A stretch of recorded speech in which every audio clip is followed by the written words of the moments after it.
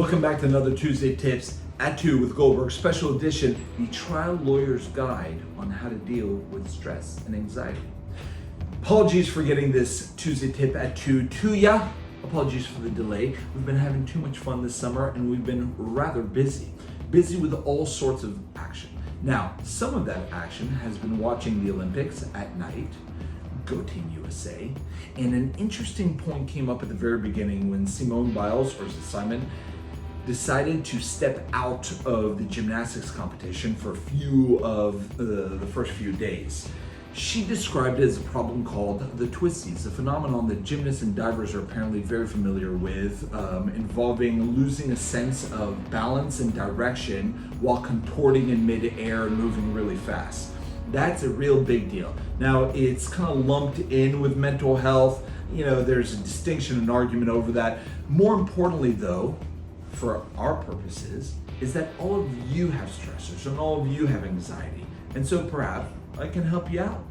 Just this past week, over here at Goldberg Law, we had 4 concurrent trial settings, 4 separate courts, 3 separate counties scattered across the state, and in totality, it led to dozens of witnesses that would have had to come on in from all corners, not only of Houston and Texas, but also of the United States. Numerous trial binders, hundreds of exhibits, thousands worth of pages in totality for all of those exhibits. Local rules for each separate court with their own demands, trial court technology, that's before we even talk about other deadlines, other expectations, client management.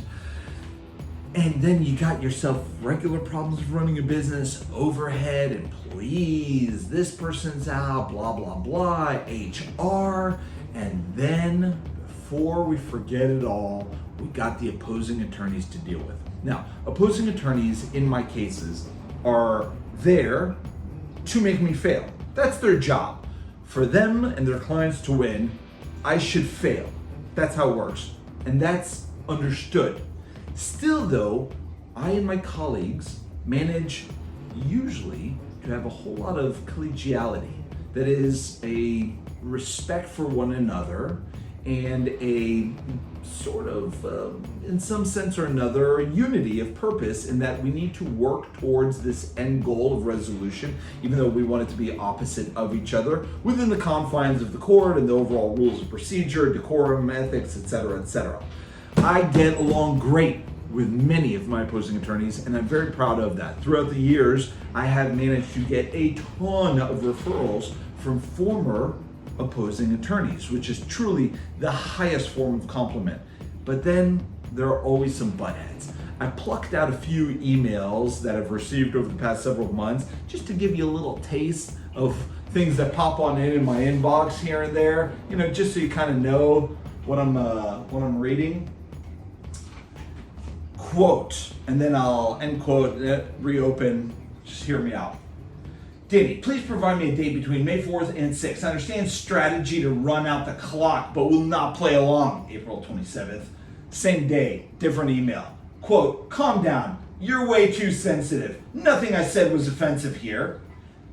A couple weeks later, quote, you've got to be kidding me. The narrative in your motion is disingenuous at best. I'll call you tomorrow in an attempt to meet and confer. I hope you'll take me up on the opportunity to do so. If we cannot get this resolved by tomorrow, I have no choice but to compel the depositions again and seek sanctions.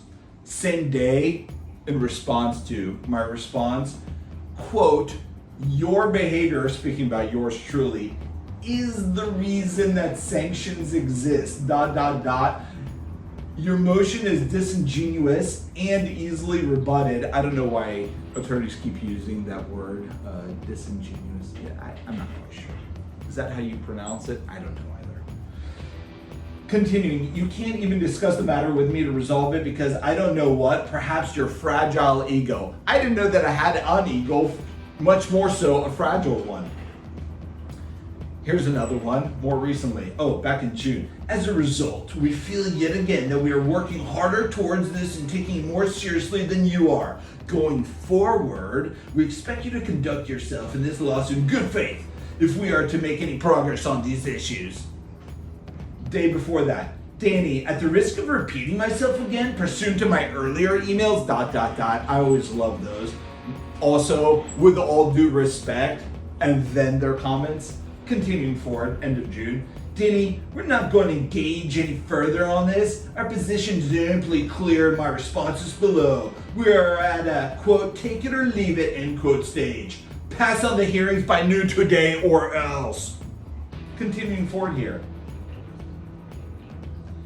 However, we are quite disappointed with your response and unprofessional handling of our negotiation as demonstrated in your June 24th email. A couple days before that, suffice it to say, we categorically reject your erroneous and baseless summary of events and rank speculation regarding my representation of, fill in the blank, his client's name, I won't say it. Here's another one from a few months ago. Quote, Danny, your response is unproductive. It demonstrates yet again the, and then he's talking about my client's name, withhold that one, lack of good faith effort to resolve this dispute by resorting instead to meritless accusations. Those emails just make my day. Lions, tigers, and bears, oh my, what are we to do about it? Let's give you a few points. Now, classically, trial litigators have resorted to quick fixes such as alcohol, and alcohol leads to alcohol abuse. Now, I'm not above pouring myself a cocktail, as y'all may well know. However, it is only a quick fix and can lead and does lead to very real problems. So there's other fixes, such as healthy ones. Walking around the block, perhaps. Doing some yard work, if you will. There are joyful fixes. Spending time with the kids. Look at them, look at them. Oh, they're so cute. You might not be able to see them well. It's fine. That's not the point. You got your own kids. Presumably you think that they're cuter than mine. You get the gist on that. How about distractions? Watching the Astros. Oh, it's helpful when they win, but even when they're losing, it's still a great distraction. Then there's context. Thinking, how do my problems compare to those of the world? I read the newspaper every single day. Let me just tell you, there are some bad things occurring to good people all over the place. And that gives me a little bit of perspective. Now, of course, there's the other route, faith. You can have faith that God has a plan for you and will not challenge you in ways that you cannot possibly handle.